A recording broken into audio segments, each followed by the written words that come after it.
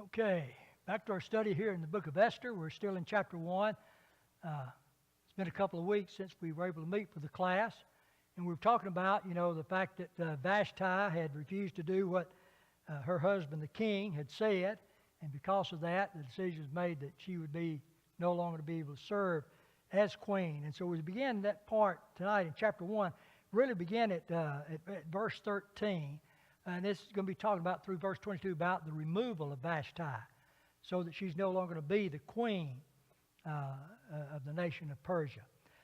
That's really going to cover several verses there. We won't look at all of them at one time. I want to begin first of all in verses 13 through 15. Ahasuerus, as the king, seeks advice from his counselors before he takes action to do what is going to be done. So we look at those few verses there, beginning at verse 13 and going through verse 15. It says, Then the king said to the wise men who knew the times, for this was the king's procedure toward all who were versed in law and judgment, the men next to him being Karshena, Shethar, Admatha, Tarshish, Meres, Marcera, and it's hard for me to see these, Memucan, the 7 princes of Persia and Media who saw the king's face and sat first in the kingdom. According to the law, what is to be done to Queen Vashti because she has not performed the command of King Ahasuerus conveyed by the eunuchs?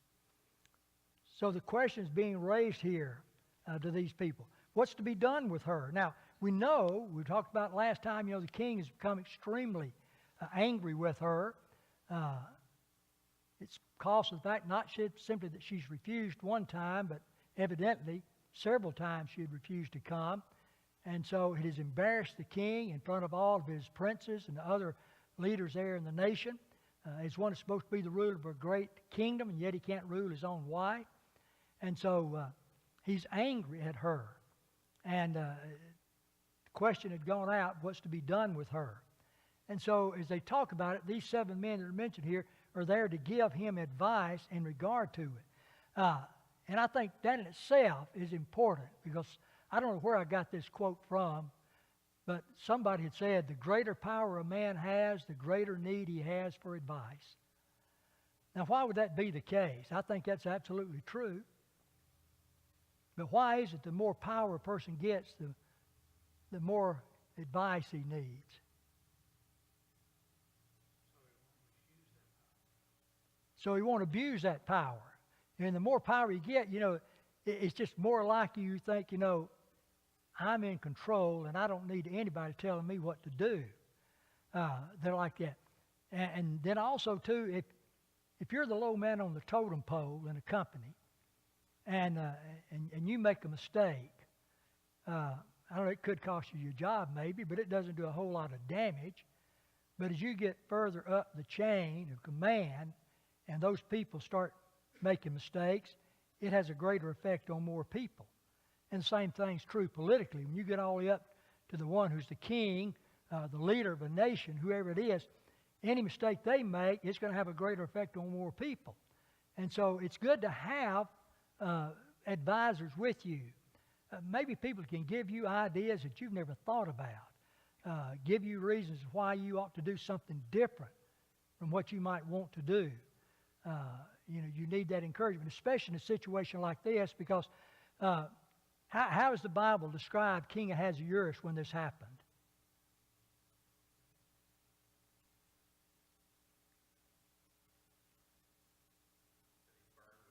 He burned with anger. Not just anger, but he's burned with anger. And usually when you're angry and you make decisions, what's going to happen? Yeah. You're gonna make a decision that you're later going to regret and wish you'd never have done it. That's why, we kind of talked a little bit about this last Sunday. We got into it anyway about, we have fathers of our flesh who've corrected us.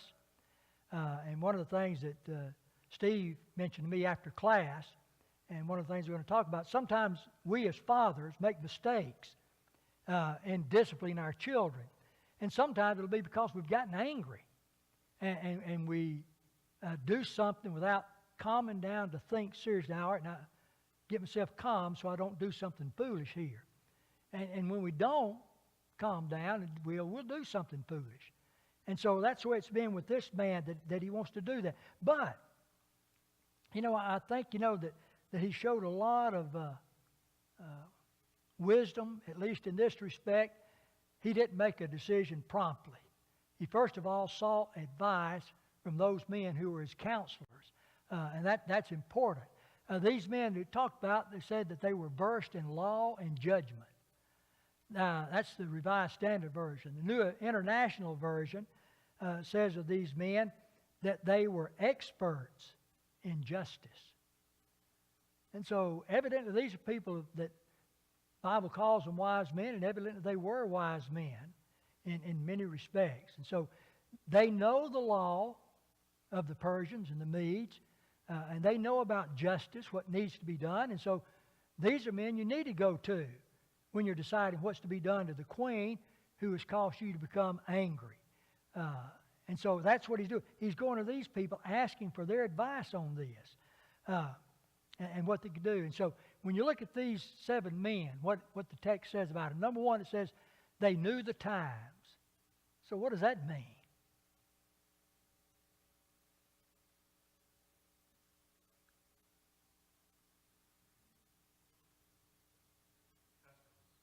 The what? The laws and customs, certainly.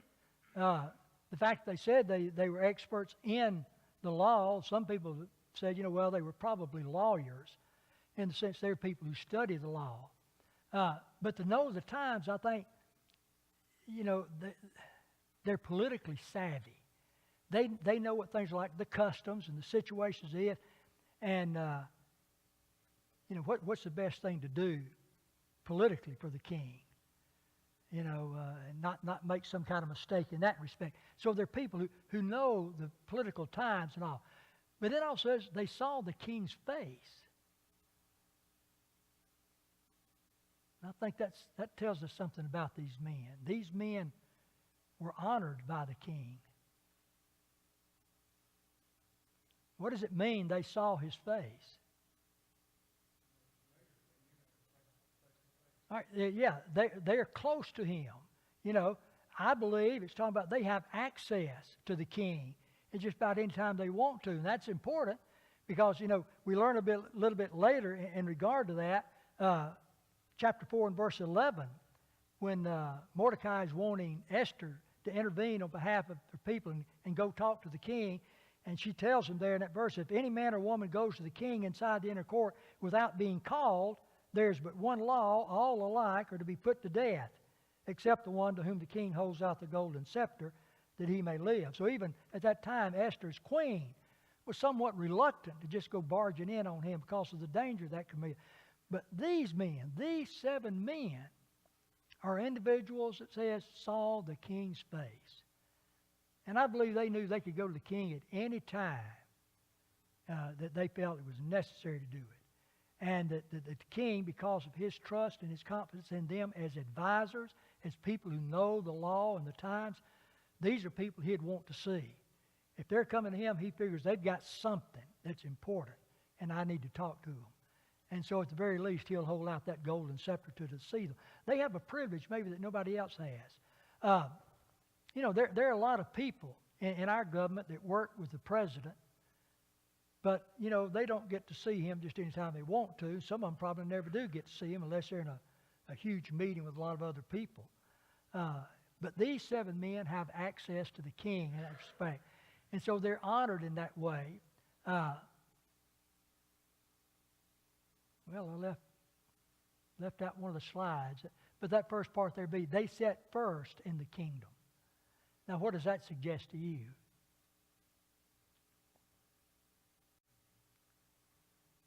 What's that? They were high ranked. These are people who are very, very important in the kingdom. The king has honored them with the position of high rank. We talked a little bit, about sitting on the left hand or the right hand. James and John wanted that position for themselves in the kingdom of God. That was high positions. That would have been the highest, to sit at the right or the left hand of Christ. Well, these men sat first in the kingdom. So they're in those positions of authority, higher ranked than anybody else. And so they've been honored highly. These are men that he feels like he can really trust and depend upon them in this time. And so they're the ones that he goes to for this advice. Before acting to do anything in regard to Vashti, he wants to get their advice. And so here's the question. The question that's given to us here was, according to the law, what is to be done to Queen Vashti because she has not performed the command of King Ahasuerus conveyed by the eunuchs? The eunuchs are the ones who carried the message from the king to Vashti. The king wants you to come before him and all these men with him wearing your crown. And we talked about that. The Jewish rabbis have consistently through history believed that he wanted her to come wearing nothing but her crown. And the commentaries of the Jews that they have suggest that very thing. And she's refused to do it. So she hasn't done what the king told her to do. So what should her punishment be? What should we do to this woman who does not respect the king to obey him? A couple of important things about this. She's the queen. So she has certain power. I mean, she's in a position where she can ask a lot of the king and do a lot of things without really being reprimanded or harmed by it. But here's the situation, what does the law say? The law supersedes the queen. And if she's done something contrary to the law, whatever the law requires to be done to her has to be done to her. So what does the law say? Well, Ahasuerus is the king. He could just say what he wants done. But his advisor, what does the law say? And there are a lot of reasons maybe why he did this. Josephus, for one, believed that Ahasuerus still loved Vashti and was looking maybe for a way out of this, that he didn't have to punish her in any way. So he's asking these men, what does the law say about it? And so he's looking for their response. And the answer they give is offered by one of the men by the name of Memucan. And the others seem to go along with him. They were in agreement with him to present this to the king as what needed to be done. It's interesting, Adam Clark said about this, that this one man makes the proposal of what's to be done and everybody else just agrees with it. And he said there might be two reasons why that happened. It might be that these men are still so drunk they're not able to reason properly to know whether this is right or not, but he said it, so they'll go along with it. And the other possibility may be that what Memucan is wanting to do, and we'll see that in the statement he makes, is to put all the women into vassalage to them. They're going to have to be obedient to the men in every situation, in everything. And so whatever rights they may have had, and they would have been very limited back then, they're going to be reduced by what this man has said. And so maybe everybody's willing to go along with that simply because of that and enhance their power. So as we look at the passage here that's given by him in verses 16 to 22, says, Then Memucan said in presence of the king and the princes, Not only to the king has Queen Vashti done wrong, but also to all the princes and all the peoples who are in all the provinces of King Ahasuerus. For this deed of the queen will be made known to all women, causing them to look with contempt upon their husbands, since they will say, King Ahasuerus commanded Queen Vashti to be brought before him, and she did not come. This very day the ladies of Persia and Media who have heard of the queen's behavior will be telling it to all the king's princes, and there will be contempt and wrath in plenty.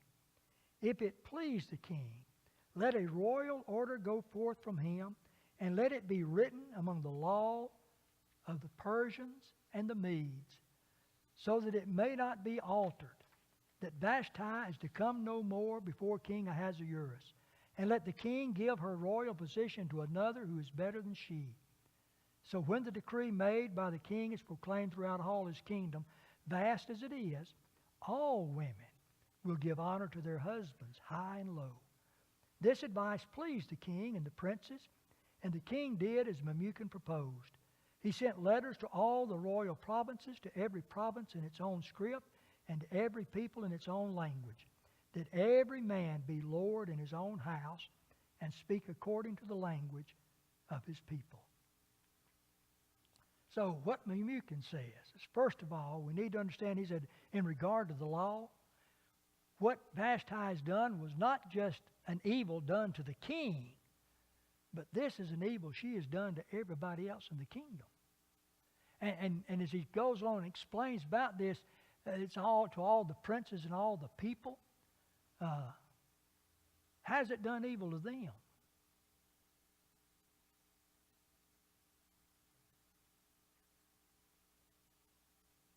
What's going to happen is, see, all these other people are going to say, wait a minute now. The king's wife didn't have to obey him. And really, in most time in those eastern countries, the people took their lead for how things were based upon the royal couple.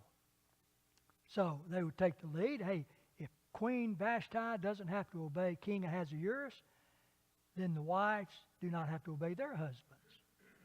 And so they're free to do what they want. Now, remember, at the time that this has happened, what were the women doing?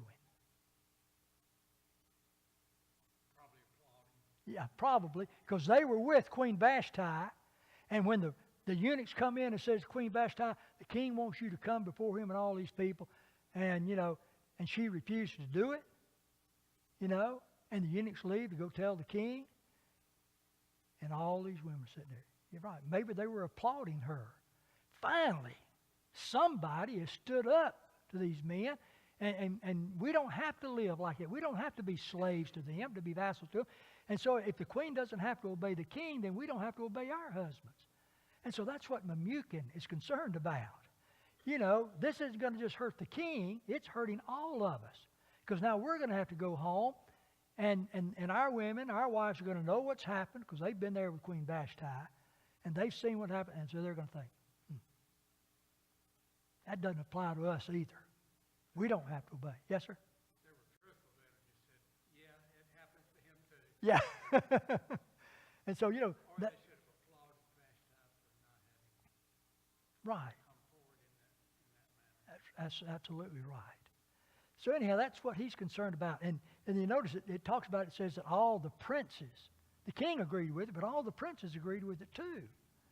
Because they don't want these problems happening in their homes.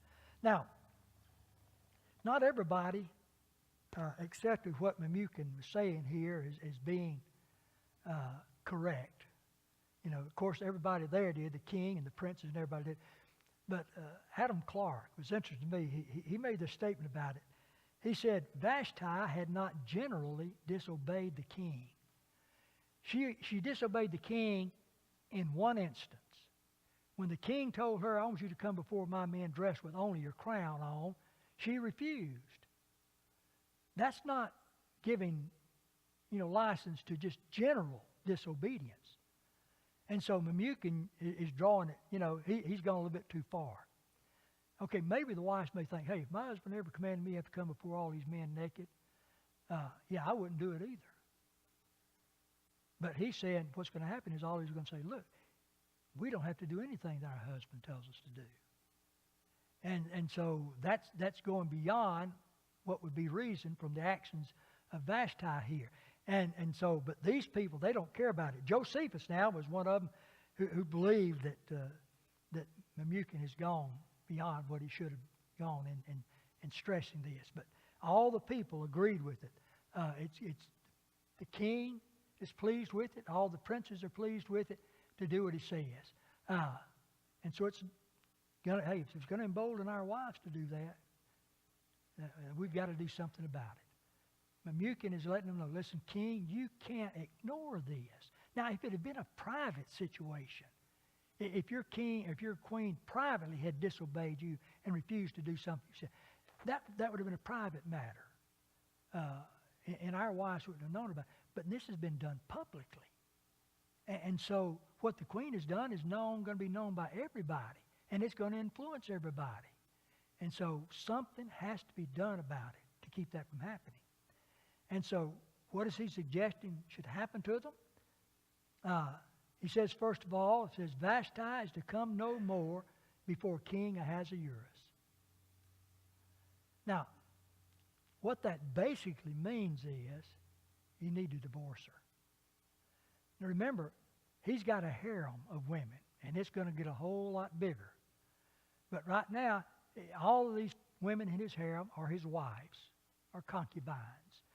They're wives, but they don't have the legal protection of a wife. The only one that has any legal protection for inheritance, for instance, is the queen, Vashti. She is the wife. All the others are just concubines. And so that they are the ones that everybody else is concerned about, what our wives will do. Well, it seems to be here that Vashti, if that had been in private, it would have been okay. But being publicly, something's got to be done publicly. And so let's make this law. It's a law that he calls the law of the Persians and the Medes. Now, there's another example. I don't know if I put that up here or not. Someone turn for just a moment over to the book of Daniel. I think I've written that verse down here somewhere. Just want to mention this. I don't know if it's in Daniel 6 or...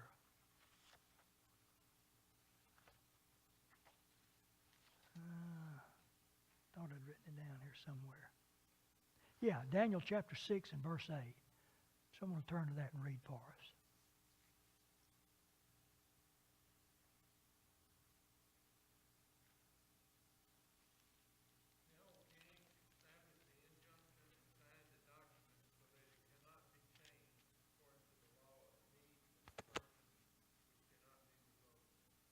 Okay, now, listen to what Memucan is proposing. If it please the king, let the royal order go forth from him, and let it be written among the laws of the Persians and the Medes, so that it may not be altered, that Vashti is to come no more before King Ahasuerus. Did you notice a slight difference from the way it reads in Daniel and what you read here? All right, Daniel puts the Medes and the Persians. And here it's the Persians and the Medes. Why the difference? Who was king when Daniel was imprisoned there? Darius, the Mede. He was a Mede. And so when they talk about the law, it's the law of the Medes and the Persians. Here in Esther, Ahasuerus is the king, and he is a Persian. And so it's the law of the Persians and the Medes. Now, it was just one kingdom. It was never two kingdoms. But the kingdom was made up, two primary races were the Persians and the Medes. And depending upon who was king, if it's a Mede that's king, it's the law of the Medes and the Persians. And if a Persian is king, it's the law of the Persians and the Medes. But the one thing that it has in common is that when a law is made, it's a law that cannot be altered. And it cannot be revoked. And so once that law is made, that's it.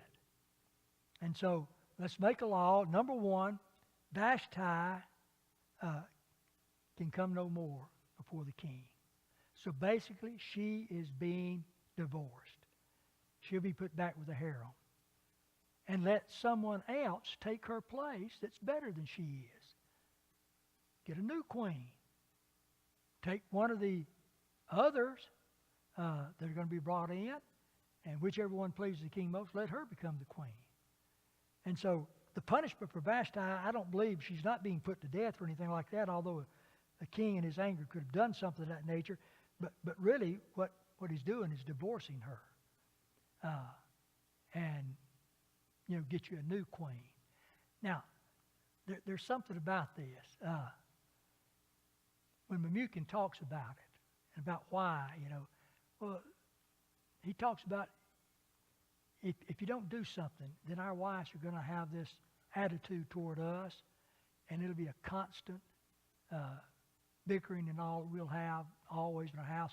Like Proverbs 19:13, A foolish son is a ruin to his father, and a wife's quarreling is a continual dripping of rain. The old Chinese water torture. It's just something to drive you crazy. If we don't do something, that's what it's going to be like. Our women are constantly going to be quarreling with us. No, I'm not going to do what you say. And it's just going to make life miserable for us. Same thing said in Proverbs 27:15 and 16. A continual dripping on a rainy day and a contentious woman are alike. To restrain her is to restrain the wind or to grasp oil in his right hand. In other words, you can't do it. If you let it start and let our wives become those that quarrel about what they're going to do and what they're not going to do, then it'll never be corrected. So this is the reason why he feels it needs to be done, and it needs to be made a law that can't be altered. They can't go back, you can't change it. Even the king can't change it. And so that's what they want to do. And that's what he's proposing to them here if they do that. So there's the solution that he gives to them. If it please the king, let a royal order go forth from him, and let it be written among the laws of the Persians and the Medes, so that it may not be altered, that Vashti is to come no more before King Ahasuerus, and let the king give her royal position to another who is better than she. So when the decree was made by the king, it is proclaimed throughout all his kingdom, vast as it is, all women will give honor to their husbands, high and low. You want your husband to put you away? You want to be put out? You're not going to have a harem to go back to where you're kept by the king. You're just on your own. You're going to let that happen? Is that what you want? No. Well, you better honor your husband. Dethroned her. Well, she's no longer queen.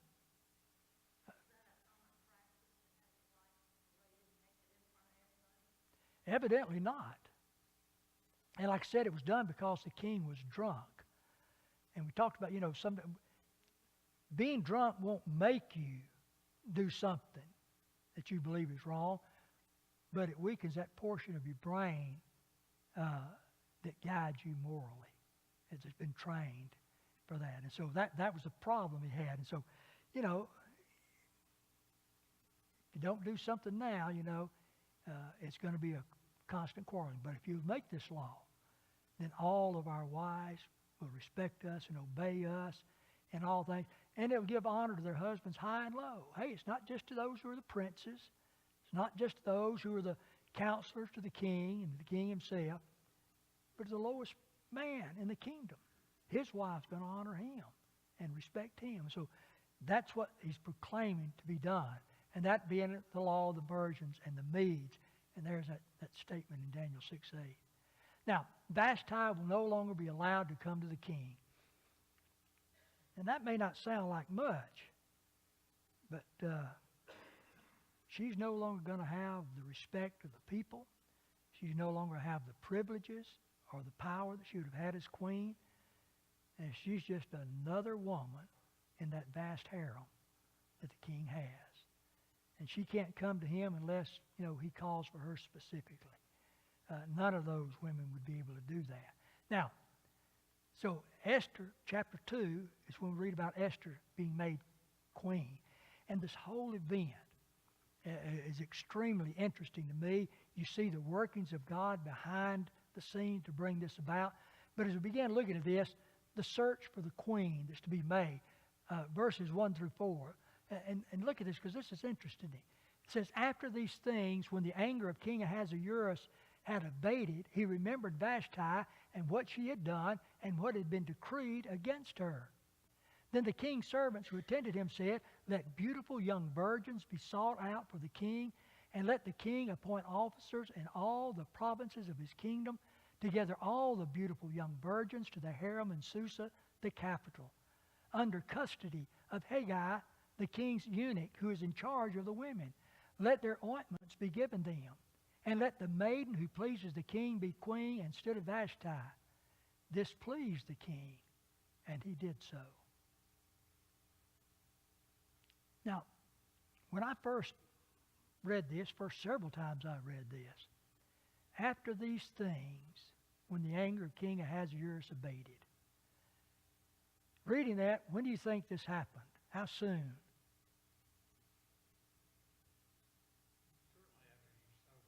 Yeah. That's what I'm thinking. You know, maybe the next day or whatever, he's sobered up and he recalls what had happened and what had been decreed about Vashti, that, you know, she should no longer be queen and another one be taken. But when did that occur? When was all this going on? Look in chapter 1 at verse 3.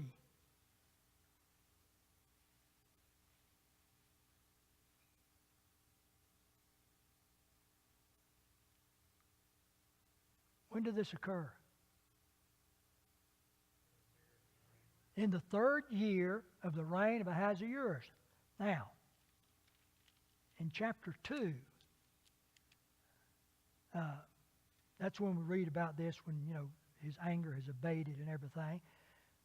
But when she was made queen, and I know there was a year's time went by in her being made queen, but look at verse 16. And when Esther was taken to King Ahasuerus into his royal palace in the 10th month, which is the month of Tebeth, in the 7th year of his reign, the king loved Esther more than all the women, and she found grace and favor in his sight more than all the virgins, so that he set the royal crown on her head and made her queen instead of Vashti. It's 4 years later that this happens. Now, like I said, remember we talked a little bit about what Josephus said. That Josephus was saying that Ahasuerus really did love Vashti. And when he realizes what he's done, he doesn't want to put her away, if there's any way it can be possible to keep her. And he believes that what's going on here now at this time and what they're proposing to do is trying to soothe the king's sadness that he is having to divorce Vashti, and she can't be queen any longer. But other people believe that it's trying to soothe the sadness of the king because he's just had 4 miserable years of battle against Greece. And his armies have been defeated completely. I wanted to just look at some of the things that happened to him. We talked about when they had that great meeting with all those people, and that included the soldiers, the leaders of his armies, that it was probably making plans for the battle against Greece. And I got a statement here somewhere. I put it in from found in this Encyclopedia Britannica about it. All right, let's see. I wrote that down because, yeah.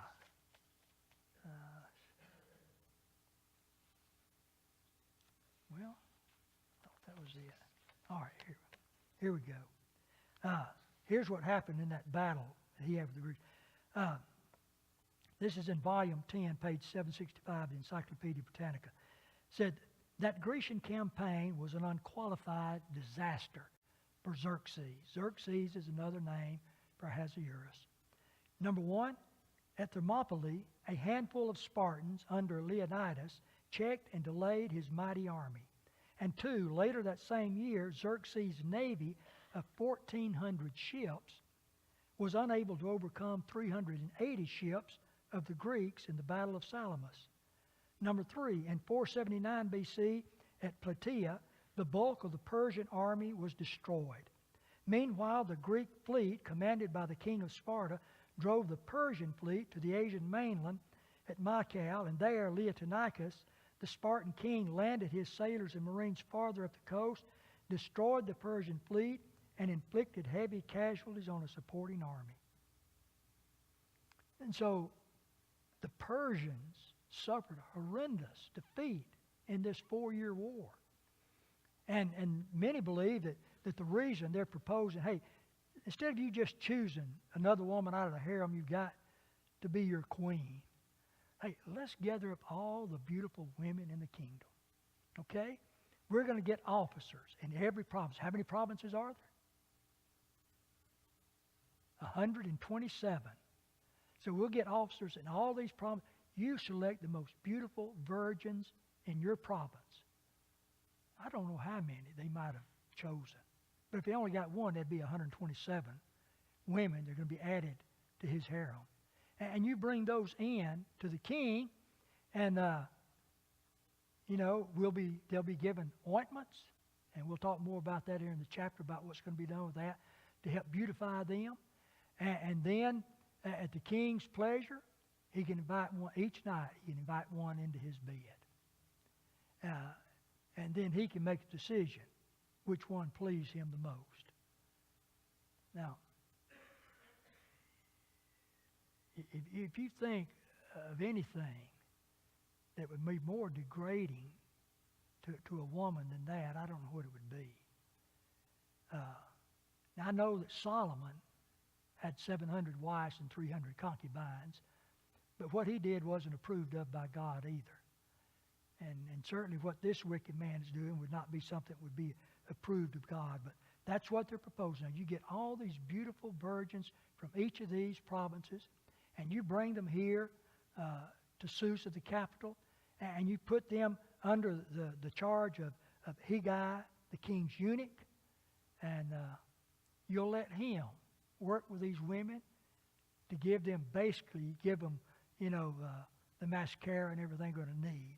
It calls ointments here, and there's specific ointments going to be given. Things will help soften their skin, to help beautify them, to make them more pleasing and more eye-appealing to the king, and then they'll be brought to the king one by one. And that's what's going to be done. And so, that's going to make the king forget all about the tremendous loss in battle to the Greeks and all that they've suffered. And some have suggested that's the only reason to do it. It appeals to his sexual lust to do this, to bring about, pleasing the king in that. And too many times that's where it gets to be. It's just for the physical pleasure that these things are going on. All right, let's see here. All right.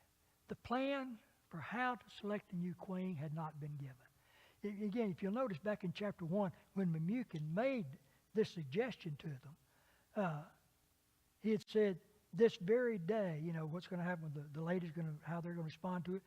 But, he says, if it please the king, let a royal order go forth from him, and let it be written among the laws of the Persians and the Medes.